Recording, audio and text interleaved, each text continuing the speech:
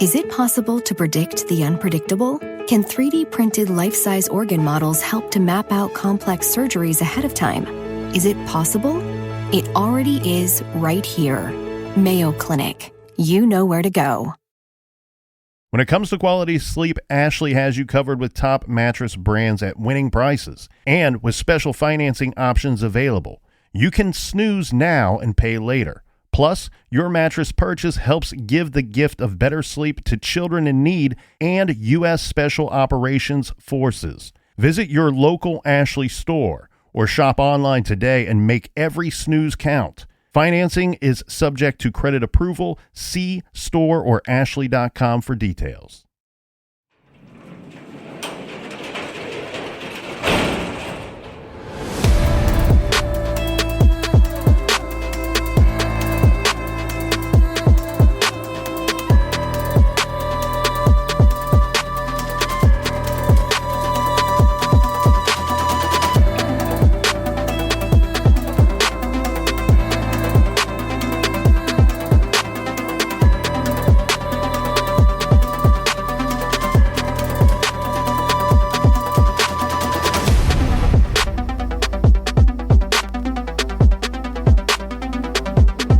Welcome to True Crime Garage. Wherever you are, whatever you are doing, thanks for listening. I'm your host, Nick, and with me, as always, is a man that knows that here in the garage, there are no artificial sweeteners, baby.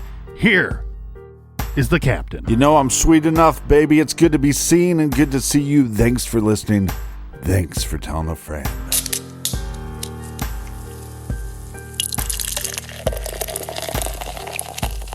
Open up the old garage fridge and take a look inside and see that we still have some Mallow Hallows from our good friends over at Tactical Brewing Company. This is a powerful imperial stout aged in oak whiskey barrels, 11% ABV. So you might be expecting this to be a little boozy, but they sweeten this one out for a nice, smooth experience and quite tasty as well. Garage grade, 4.25 bottle caps out of 5. And here's some cheers to our friends for helping us fill up the fridge this week. First up, a cheers to Emily Vance in Los Angeles. And also we have Maddie. She's from Bogan Gate in North-Southwest Australia, whatever that means. Everybody we just mentioned, they went to our website, clicked on the pint glass, and that helped us out with this week's beer run. Yeah, BWERRUN beer run. If you're digging the music from the show, follow us on Spotify. You can make your own True Crime Garage playlist. It's great to sleep to. It's great to study to. Enjoy, my friends. And that's enough of the business. All right, everybody, gather around, grab a chair, grab a beer. Let's talk some true crime.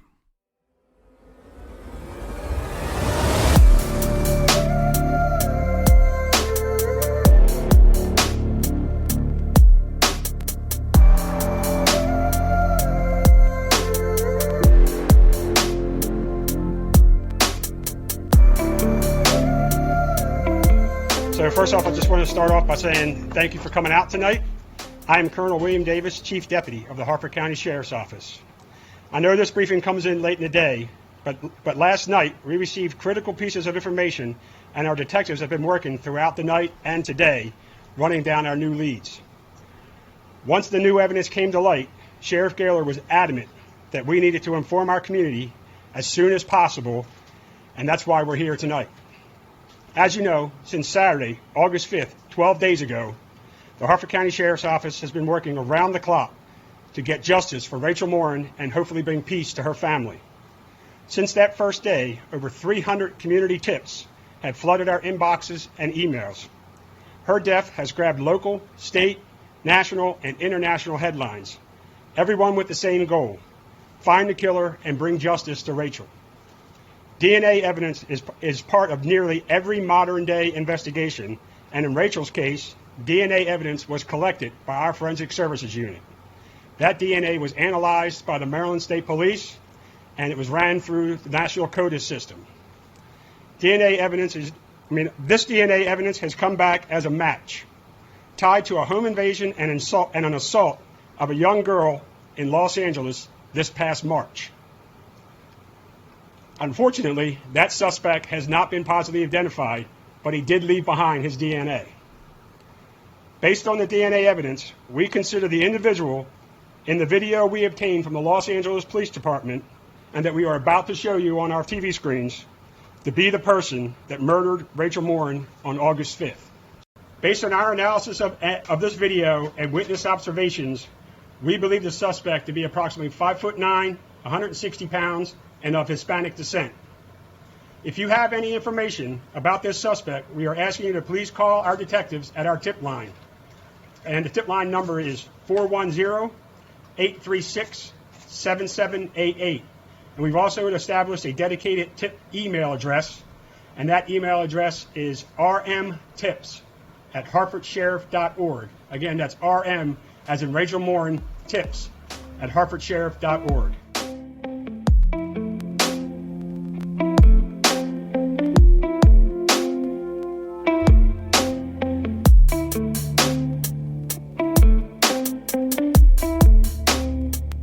Well, you heard it there, folks, in this week's trailer number 2, as we call it here in the garage. That is the Harford County Sheriff's Office telling us that they have started to hone in on a suspect. Now, the difficulties here, they do not know the name or identity of this suspect. What the science is telling them is that DNA, suspect DNA that's collected at the murder scene of Rachel Morin, there on the Ma and Pa trail system, once they enter that into the CODIS system, they get a hit. The hit tells them that whoever killed Rachel Morin was also involved in a home invasion sexual assault case in Los Angeles County in California, clear on the other side of this country. Well, and think about this for a second. If you're law enforcement, you have this vicious murder, and now you have DNA that matches another attack. So we know that this individual is extremely violent, extremely dangerous. But not only that, but they're from the other side, or at least they have criminal activity on the other side of the country. This is very dangerous for anybody because basically this whole United States is this guy's playground. Well, and that's a very scary thing. And I don't know that that has really rang through and rang true to everybody out there in listener land or people that are following this case online, is that whoever perpetrated a home invasion sexual assault in Los Angeles, California in March of this year, 2023, then went to Maryland in August of 2023 and attacked, ambushed, and killed a woman in Maryland. That is frankly, some very scary stuff here. And what other crimes is this individual possibly connected to? So here's the thing. There's a couple things that we could probably take away from this. Right. One is if he is in CODIS for these two different crimes, but remains unknown, being that we do not know his first and last name. One thing here is that he's not committed any other crimes that they took his DNA and that he was arrested for, because they would quickly be able to identify him by name. So that hasn't happened. And usually when you find this type of situation, this is strange because remember, we talked about a very similar situation with the back to school killer just a few weeks ago, but he was committing crimes all in the same state, Virginia. Right. In this case, completely across the country. It does not get much further apart between Maryland and California, although the Big Ten's going to try to tell us that they're not so far apart. Right. But don't you think that this possibly, because his DNA is not in CODIS, do you think this possibly means that we're looking for a younger suspect? Yes, I think I was of that belief before we get further information, and I know that you were as well there, Captain. But what we do have is a bit of a description from police, and this is a description that's coming from, I want to be clear on this, because there's different reporting, because we have different jurisdictions that are so far apart. We're getting different reporting on this case that we now are told, science tells us, were committed by the same perpetrator. Now, the people from Harford County in Maryland, those authorities are telling us that they believe that this suspect is approximately 5'9" tall, approximately 160 pounds, and they believe that he is between the ages of 20 and 30 years old. He has dark hair and a muscular build. Now, why do we know that? Well, we have the video that they reference in that press release. And we're going to describe that video for you. But again, let me describe the suspect as they are describing him to us. Right. Approximately 5'9" tall, 160 pounds, believed to be between the ages of 20 and 30 years old, dark hair, muscular build, and believed to be of Hispanic descent. Well, you left out one thing. Huge pile of shit. We are going to do our best to describe this video to you, and if possible, we'll put it up on our social as well so you can view it for yourselves. It's a very quick video that the police are showing us at this press conference. And this video did start to make its way on social, and I remember you and I talked about it briefly when we first caught wind of this case. But it's a weird video because what it shows, and I've seen a couple different versions of this video, Captain. The video that they show at the press conference shows a man as described, as we just described him, as the Harford County Sheriff's Office just described him, leaving a residence. And it appears that he is leaving through the front door, going out the front door of this home. Shirtless. Shoes or no shoes, I've been trying to figure that part out. He doesn't have, I wouldn't call it a mohawk, but it's a high fade haircut with dark hair on top. Definitely a muscular build. They probably, I'm guessing the authorities in LA have taken some dimensions from that door, and they have a pretty good idea of his height and weight, one, based off of that door, but two, in some versions of this video, not the one shown at this press conference, but in some versions, you can see a hand and an arm closing the door behind the perpetrator after he leaves this home. And this video is coming from like a doorbell ring cam. Yeah, and so what you have here, Captain, very likely is the surviving victim, maybe even the person's arm, hand that is shown closing the door, is offering a description to Los Angeles authorities. Yeah, so let's just be clear about that. So the video shows this individual leaving the house, and then as the door is closing, you can almost see a hand like helping the door shut. And Yes. that makes the video, to me, very confusing. And I know some of you out there are going, well, of course it's confusing to you, Captain, because you are what they call a dumbass. But It's pronounced Dumas. my issue with it is you have a guy that breaks into a house, attacks somebody. You would think that they would attack that individual and just leave. This almost looks as if somebody is just leaving after a date or something, is leaving and somebody's letting him out. That's what it looks like to me. With the exception of the no shirt thing, right? With the exception of no shirt, this almost looks like a couple buddies came over for Monday Night Football, and I escorted one of them out and closed the door behind him. Why would your buddies come over for football and have their shirts off? No, I said minus the part with the no shirt. Now, hey, maybe their team won and they went full Hulk Hogan and just ripped that baby right off.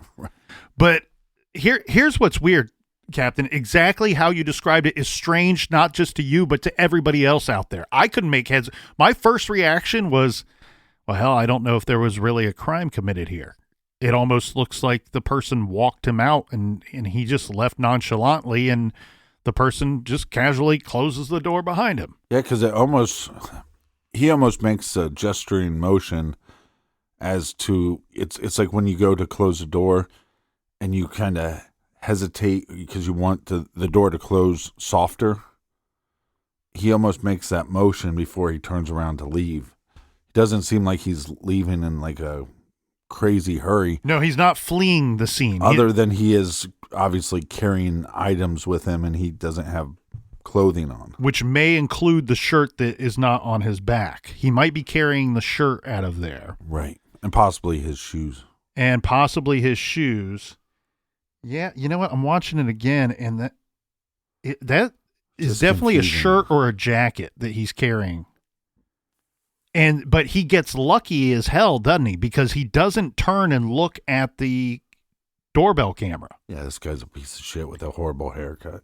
And he's got his little gold chain. It almost looks like a shitty version of the Flock of Seagulls haircut. You can see him leaving, but as the captain pointed out, and rightfully so, nobody would describe this individual as fleeing the scene. He's leaving rather casually, gets Nonchalant. lucky because he doesn't turn and look directly at the doorbell camera. So here's what we do, right? We go out.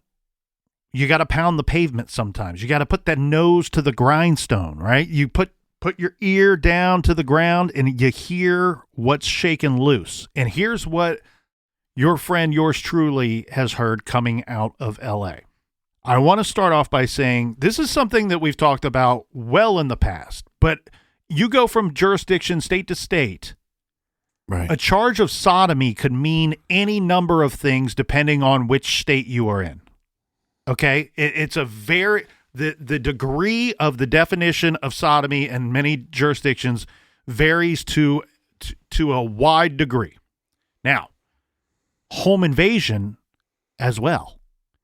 In most jurisdictions, what the term home invasion means is that anybody who enters a premises without permission who intends to commit a crime inside of that premises.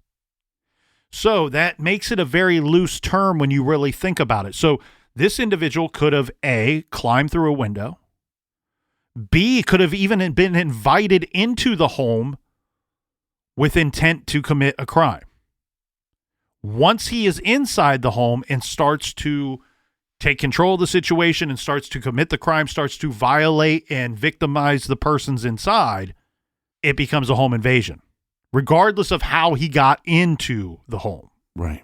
So this has caused a lot of people to question this video and question the victims in the LA situation, the home invasion sexual assault, because people were saying, well, if he left so casually, one would expect that he entered through the front door. And when you enter through the front door, you are typically looking in the direction that would provide police and everybody else, and here in this case, the public, who police need their help finding this guy, Right. a straight shot of this dude, or at the very least, like a good profile picture. Instead, all we get is him exiting the property, and we get just a little touch of the face, just enough Glimpse of shit. there to make you think you can figure out what this guy looks like. I don't think you can. So how did he get into the property? Now, it stands to reason he could have broken through a window, climbed in through an unlocked or open window. That would explain why we don't have front door camera footage of him entering the premises. Or also if there was just some weird scenario where there was a glitch at the camera at the time. And here's where I think this story gets crazy.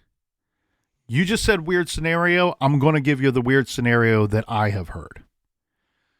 And this makes some sense when you really start to kind of sort it out. So from my understanding, I've been told by somebody that is close to the investigation that when LA police or the sheriff's office, whomever responded to this home invasion sexual assault call, found 3 persons residing inside that home. Okay, so there was a mother and 2 children, a son and a daughter. The mother, from my understanding, was half in the bag. She's so drunk they didn't even bother to take a statement from her. From my understanding, it's the daughter that was assaulted or attempted assault against this younger female. Right. Now, that would explain several things. Did this guy get spooked and start to walk out on his own? And the victim gets up, the young female gets up and closes the door behind him? Does the drunken mother walk into a situation and not fully understand what she's seeing, kind of shoos the guy out, kind of chases him out a little bit, but not with a gun or not with a knife or anything like that, and shuts the door behind him. I don't think that's the brother. And here's why. I think that and look, I'm gonna get a little gender-ish here on you, if that's even a word, but I think that a brother would probably you would see a little more of the brother chasing this dude out. I think that but again, you don't know the scenario inside the house because the crime could have happened inside this girl's bedroom. This guy's leaving the bedroom. The brother's sitting there watching TV. He goes, "All right, man, I'm going to hit the road. Okay, we'll see you later," and he walks him out. And we also shouldn't get into the weeds of how old is this victim. All we're told is that it's a younger female. And so could that mean 17, 18? Possibly. Could it mean 8, 9, 10? Possibly. We don't know. They've not released the age or the name of the victim from my understanding. If they have, I've not come across that information. Right. Here's the thing. And I don't mean to scare the socks off of everybody, but it would not be the first time that a mother invites a grown man into her home, gets drunk, passes out, only to wake up later and find said man in daughter's room, up to the complete no good, victimizing the young girl. Is there a chance that this mother walks into a scenario that she can't fully understand what's happening? Because it's in the moment and it's quick. It's quick. He gets up and goes, "Oh, it's not what you think it is. It's not what you think it is." And then leaves. And she closes the door behind him and then seeks information from her daughter. And then finds out, oh, snap, this dude tried to rape my daughter. Now we need to get the police involved. So from my understanding, Captain, what I've been told is that when police arrive on the scene, they take a statement from the daughter and from the son. Now, here's where people get angry at these victims. And I don't know if it's right to be angry at these victims or not. And you will rarely ever hear me say that. Nobody wants to victimize the victims more. Nobody should ever want that. Nobody should want these people to fall under scrutiny themselves. But but it happens all the time in sexual assault and rape. Well, but there's the only time that we take victims and go, well, we don't really believe you. Well, I believe the victims. The problem that I'm having with this case is what I think a lot of people have a problem with. I think a lot of people out there believe that one of these people inside that home may know more about this individual than what they've told. My other suspicion here, too, is that... Yeah, but that happens a lot, But why protect him? Why would anybody want to protect? Well, sometimes they're not protecting them. They think they're protecting themselves because they're more afraid of that individual. Could it be a cousin, an uncle? Yeah, or just somebody that they know is violent, or maybe he's connected to other violent people. So it's one of those things. Well, if I go to cops and I tell you, hey, this guy, the guy's name was Ray, and they go arrest Ray, well, you're not so worried about Ray getting out of jail. You're worried about who Ray is connected to. My other theory here, too, and I don't know that this holds a lot of weight, because I hope that if this is the case, that they would release this information to the public. But one suspicion I've had in this case is that maybe if he is known to any of those persons inside of that home, that he might only be known by a nickname. But again, I hope that if that's the case, that the authorities would release that nickname, because a lot of times the old nickname doesn't fall too far from the tree of the real name. Or the nickname itself could be an identifier to people in the community that could come forward and give you his real name. Not always, but sometimes the nickname is coming from a possession one owns, like a large boat. I want to toss this out, though, because we have a crime that takes place in L.A., then we have a crime that takes place in Maryland. My thought started going to, well, maybe he's not traveling the country. Maybe he's originally from Maryland and just went on vacation to L.A. Right. Because it seems, and now he's back in Maryland. It seems more likely that you would take a vacation to L.A. than you would to Maryland. Or he's on the run and he thinks that the police know more about him than they do in the LA case. Right.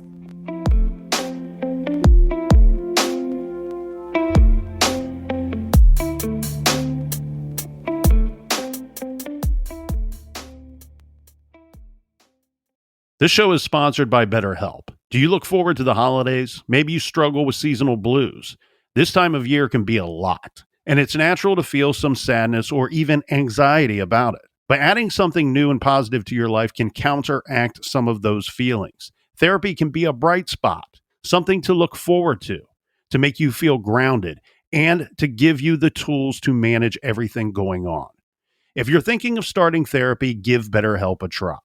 It's entirely online, designed to be convenient, flexible, and suited to your schedule. Just fill out a brief questionnaire to get matched with a licensed therapist and switch therapists at any time for no additional charge. Find your bright spot this season with BetterHelp. Visit BetterHelp.com/garage today to get 10% off your first month. That's BetterHelp, HELP.com/garage. Is it possible to predict the unpredictable? Can 3D printed life-size organ models help to map out complex surgeries ahead of time?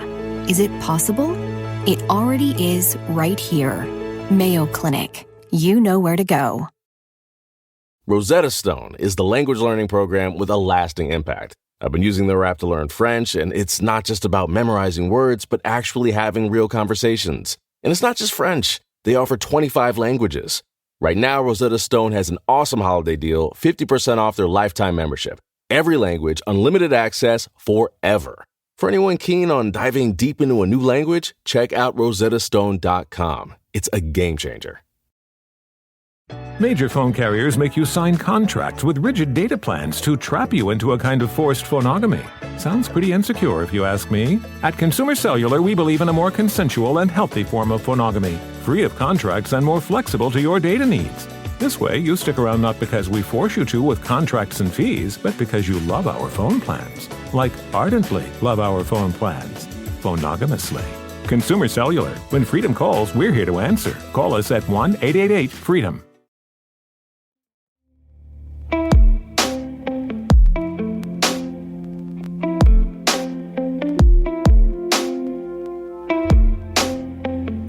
All right, we are back. Thank you so much for joining us here in the garage.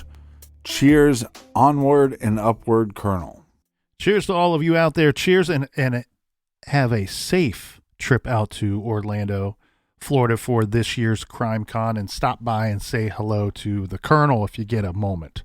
Now, I don't know here, Captain, if this is just yours truly barking up the wrong tree, but what I could not dismiss until we get further information is there's another case that I wonder if this has any ties to the case that we're talking about now. We know that there's a connection, a DNA connection between the home invasion in LA and the murder in Maryland, in Bel Air, Maryland.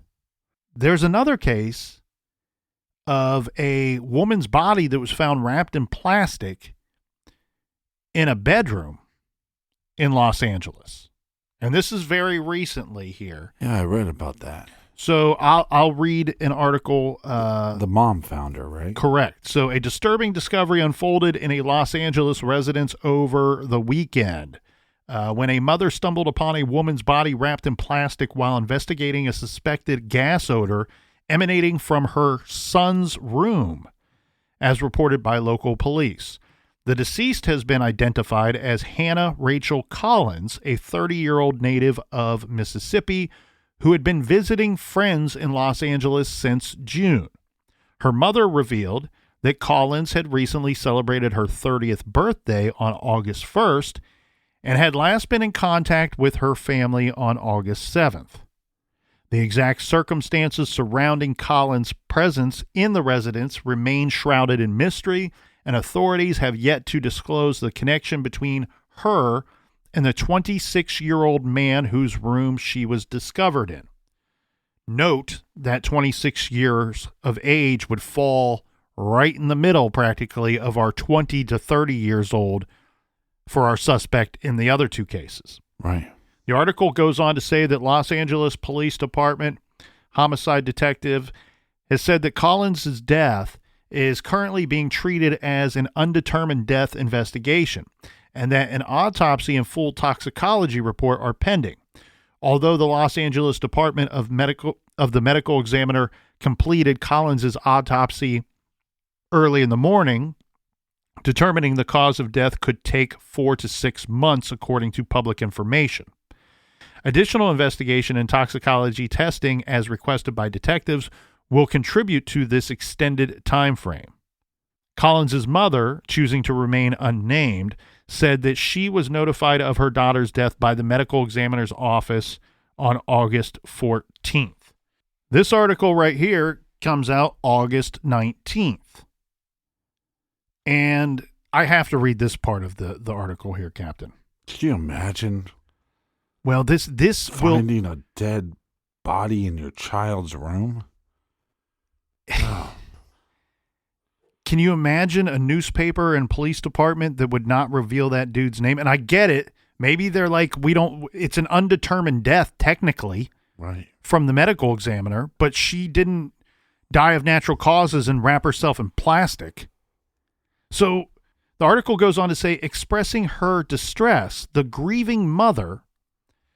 So the woman that they find dead is from Mississippi. She's visiting on a very extended trip, several months long, visiting in L.A. Now, the article clearly states the reason for her being found in that residence is shrouded in mystery. Nobody, either it's not come to light why she was there, or they don't know why she was there or found in that location.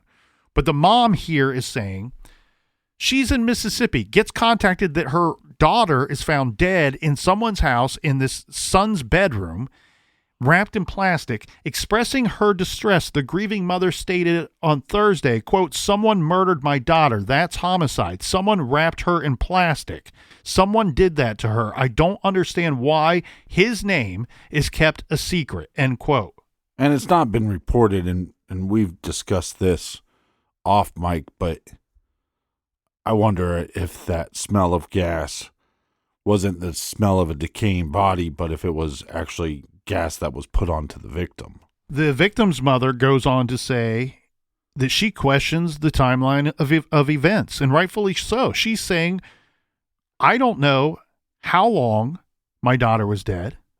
Did this person's mother give him time to run and then call the police? Right. And clearly stating what everyone's thinking, something is not right here. No, duh, right? I mean, this is insane. And again, I think the victim's mother has a right to question these things, because we know a lot of individuals that would not do the right thing, and they would try to protect their child. And I want to be clear here. We do not have any evidence at all that this situation is connected to Rachel Morin's murder. No, we're calling this segment Colonel's Hunch. Da, da, da, da, but, da, da, da, da. But we're talking about a body. Look, similar victimology. If this woman was murdered, yeah, it's similar victimology. And why are they not releasing the name of the son who occupied that space inside that home? And I just want to bring up something, and I think people are going to find this pretty fascinating. Then they're going to go, wow, the captain might know more about shit than we thought he knew. So this individual, this son with this woman's body in his room, dead body in his room, well, we have the DNA from the one assault. We have the DNA from this murder that took place in Maryland. Well, couldn't we do some genealogy so then we could test the mother that found the body? Well, you probably could find things that would tell you the DNA of the son that occupied that space. That's what I'm saying. And compare it to your unknown assailant's DNA that you have on file. But what I'm saying is, you can't do a genealogy test, at least in the murder case in Maryland, because I believe that there's something in their laws where there's a time frame in which you can do that type of testing, but I don't think they've reached that time period yet. Well, and again, you wouldn't need genealogy. If you can confirm that a murderer lives in that home, you know the mother's name. So she either gets arrested for obstruction of justice, or she tells us the name of her son, who is an adult, and you should be able to easily track that. That's the thing, too. We don't need mom to tell us this kid's name. He's 26 years old. He very likely has a state ID or a driver's license or has worked a job. What's so curious to me is why LAPD would choose not to release this person's name. He is considered, he has to be considered a suspect, even though it's an undetermined death. He does have to be considered a witness, somebody that they would like to speak to in this death investigation. What the fuck is the problem? Yeah, maybe it's just they're holding back that information for a reason. Well, then tell us that reason, right? It's very incredibly aggravating. Well, you don't have to tell us the reason, but you can tell us you're holding back that information. Even if you just said for the protection of that individual, that's fine. You're law enforcement. You can do that as long as you're working the case. Tell me something. LAPD has a less than pristine reputation. You think? And I'm a boy in blue. I back the men and women in blue daily. Yeah, you don't have to say it every episode. But the thing here is, do the right thing. Do the right thing. So we do need to talk about this other victim here, Hannah Rachel Collins, 30 years old, and she is a one-time resident of both Richland and Jackson, Mississippi. She pursued a radiology studies at Holmes Community College and was employed at the time of her death. And then this article wraps up by saying, as investigations continue, authorities aim to shed light on the circumstances surrounding this perplexing case that has left a family in mourning and a community seeking answers. The point I was trying to make was the fact that we have these rules and regulations to go, well, we can't run this type of genealogy test until this time period of the investigation or until the individual is actually arrested. That is protecting criminals. And we shouldn't have laws like that. We should have less laws that protect criminals and more laws that actually protect victims. There are persons out there that are lobbying to take genealogy detective work completely out of detective work to begin with. Yeah, those people are idiots. And here's the thing. We're talking about this is... Now, mind you, we are recording this a few days in advance, so all we can hope for here is that before this reaches your earballs, they capture this monster in both cases, whether they're connected or not. But capture this guy, and here's the thing.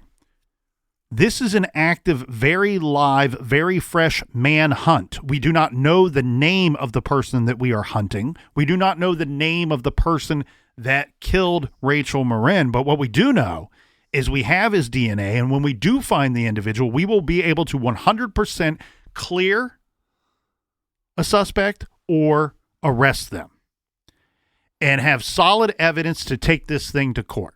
So what this situation we're describing to you right here is a murder that took place less than 2 months ago.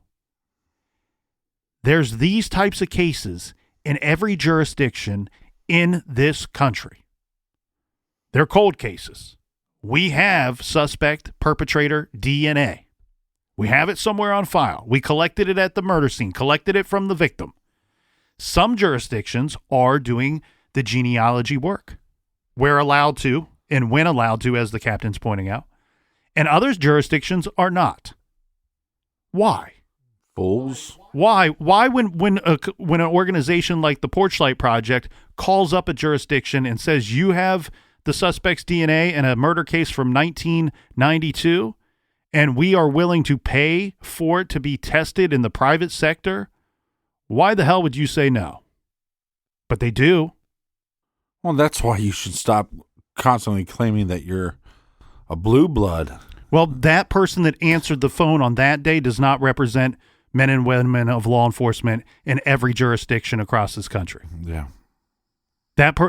We've said it a million times. There are people that are good at their jobs, people that are bad at their jobs. Stupid or lazy.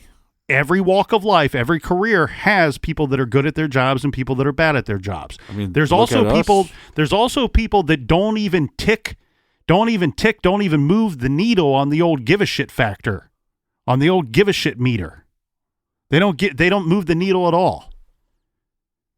And so if you don't care, give it to somebody that does care. Right. And I hope. I mean, think about that. I mean, well, I've tried to explain this to people. I go, because, especially like people that like from our hometown and stuff that go, hey, I listen to your podcast. Congratulations. And you guys are doing big things. And I always say, well, yes, I help out and I'll take some credit. But I've said since we started this thing, I always applauded you because I've felt like you have gone above and beyond. I mean, you spend a lot of time. I mean, heck, just to go to the meetings, you have to travel a couple hours. And what you guys are doing in Project Porchlight. And look, we always say a friend of the show, James Renner, but it's public knowledge that me and James have disagreed on several things. But I have a hard time faulting the guy on anything because I also know how hard he's worked on the Project Porchlight. And when you guys go and connect with these departments and then you've come back to me and said, yeah, we looked into this case, but they don't want our help. It makes no sense at all. It's frustrating. But I commend you and just as a side note, if you have extra $10 in your pocket and you want it to go to a good fund, check out the Porchlight Project and donate if you can. Porchlightonline.org is where you can go to learn more about that organization or to make a quick donation. Here's the other reason for bringing up this other case, Captain, right? Whether connected or not, who has authority, who has jurisdiction in both of the cases? LAPD. The home invasion sexual assault case, LAPD. The one where the body's found wrapped up in a son's bedroom and they're not releasing the son's name, LAPD. The reason why you bring up this case, even if it's not connected, I think there's a chance that it could be. Because it's not terribly far. Those two LA cases are not terribly far from one another in proximity, and in time frame too. We know that this poor young woman was last heard from. Her family believes that they spoke to her on August 7th. So do you got a killer bouncing back and forth across country? Or here's my other thing that I fear too. Even if the cases are not connected, what does the one case show us? That for whatever reason, LAPD is not releasing that individual's name. The body, the person that the room belongs to, the person that sleeps in that bed, in that room, where a body is found wrapped in plastic, they've not released his name. So it doesn't seem out of the realm of possibility, does it, that they may know the name of the perpetrator in the home invasion sexual assault case, and for whatever reason they've come up with, we're just not going to release their name? Yeah, but what's the joke? What does LAPD stand for? Lazy Ass Police Department? Thank God I don't have to go out there anytime soon, right? We talked about captain's not going to Florida. Guess where neither of us are going for a long time. Well, that's and why it's a great state. I want to go out there. SoFi Stadium, my goodness, everybody wants to go. Well, that's there. why I can't go to Florida because if they find me, they'll beat me half to death. Go ahead. So that's why I'm not going to LA either because. Yeah, they'll be waiting for me at LAX. They'll make an example. Hey, Captain, what did you call us? Lazy ass police department? We're going to beat the hell out of you. And look, my apologies if there's somebody out there listening that works for that department and they want to call us up or tell us why everything seems a little weird out there. Please explain it to us. We will quickly flip to the other side. Well, no, and like I said, I mean, the problem with the title of this category that everybody listens to and everybody watches. It's called True Crime. And the fact of the matter is, I've been saying it for 7 years. It should be called What We Think We Know So Far. Because as much as we're bashing LAPD, there is a possibility that they're holding back this information for an actual Good reason. reason. Yeah. For good reason. And so we can get frustrated, but look, we don't know for certain, obviously. And it's easy to get worked up. So in our defense, it is easy to get worked up about these victims and people that have been victimized and been killed and had good lives their whole life ahead of them and were snuffed out by some monster. And you know, I'm glad I didn't go on a 15-minute rant, but I'm so sick and tired of these sexual assault and rape charges where we start questioning the victim. You know, we don't question robbery victims. We don't question murder victims. Right. You know what I mean? So well, and that's the thing in Rachel's case that has sickened me, where we have people that have come out and said, well, she went out there hiking or walking alone. Well, she was on a bunch of dating websites. She has 5 children. Look, guess what kind of world I want to live in? A world where you can have 5 children, be on dating websites, and go out walking alone in a public place and not get murdered. I just like to start living in a society where men in general respect women more. And I know, like complete monsters. And I know that there's a lot of good guys out there. And that's also the frustrating thing, though, too, is like it seems like there's a lot of women that they're not interested in the good guys. They're a little boring, you know, but it's like, you know, having a man respect you should be high on your list. And this is stuff that we can be teaching our society. And we, you know, don't get me started on the school system, but it's like, let's knock off this whole standardized school testing bullshit and let's teach some, you know, basic respect and responsibilities and financial responsibilities. But we're never going to do that. One person I do want to give a shout out to here before we wrap up, Captain, is Nancy Grace, who many have followed in the true crime world for many years. She's obviously been on TV, podcast, all different forms of media throughout the years. I did tune in and listen to a portion of her show where the sheriff from Harford County was having a conversation with Nancy Grace, and the sheriff out there is Jeffrey Goller. I love what he and his department is doing with the YouTube videos, with the updates, with the press conferences, being as transparent as they can be. Again, they've held back a lot of information, but being upfront with the public, asking the public for help, and then going out and spreading the word. So he goes on as a guest on Nancy Grace's show. And the reason why Nancy gets a big shout out this week is because they're discussing the video of the home invader, sexual assault perpetrator leaving the home, caught on the doorbell camera in LA. And they're discussing how he got lucky, right? You can only see the back of his head and he turns just so slightly, but you can't see his face. And Nancy said, look, the back of this man's head is not going to identify him to the public unless he were a cone head. would be the only way that the back of this man's head would lead to an arrest. But regardless of that great joke that Nancy threw out there, we beg all of you, please go and check out this video. Take a look at this person because it could help you out. You may see this person out there, and if he's out there crossing the country, crossing over state lines, going into different communities and assaulting and killing people, we all need to be on the lookout for this individual. He's most likely, I would almost bet money that this is a serial killer, and he'll be connected to other cases. And or a serial killer in the making. Yeah, and you know, we don't always agree with Nancy Grace. She used to annoy the crap out of me. But, you know, I met her in person at CrimeCon years ago, and she charmed the pants off me. So he's never put them back on ever since. If you have a tip or if you have any information in Rachel Morin's case, please reach out to the sheriff's department. They're doing great work over there, and they want to solve this quickly. They want to arrest this man and find this man as fast as they can. They can be reached the following methods: www.p3tips.com, or you can call them at 1-888-540-8477. If you get a chance, check out the video. We'll have a clip on our website at truecrimegarage.com.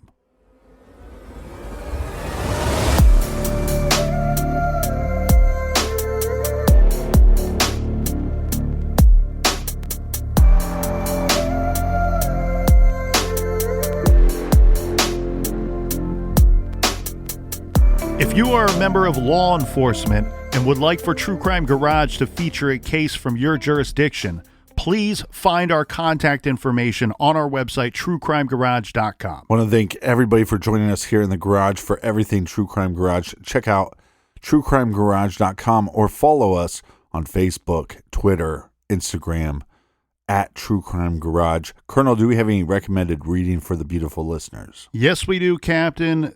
You know, not too long ago, we featured a 3-part series called Sam Little, the Killer of Women, and that was episodes 585 through 587 on your True Crime Garage listening dial.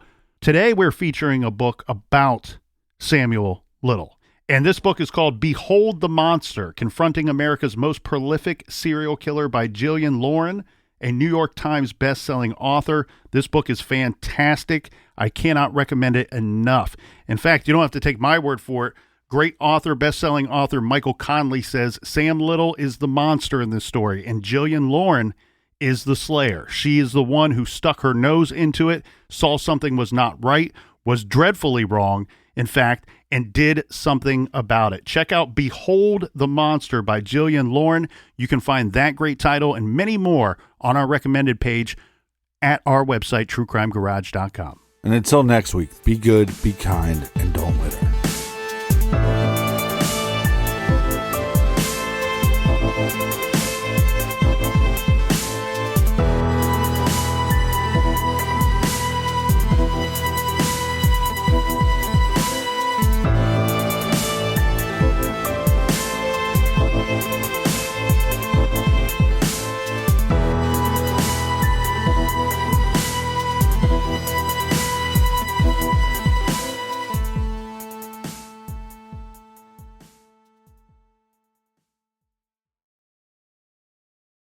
Is it possible to predict the unpredictable? Can 3D printed life-size organ models help to map out complex surgeries ahead of time? Is it possible? It already is right here. Mayo Clinic. You know where to go.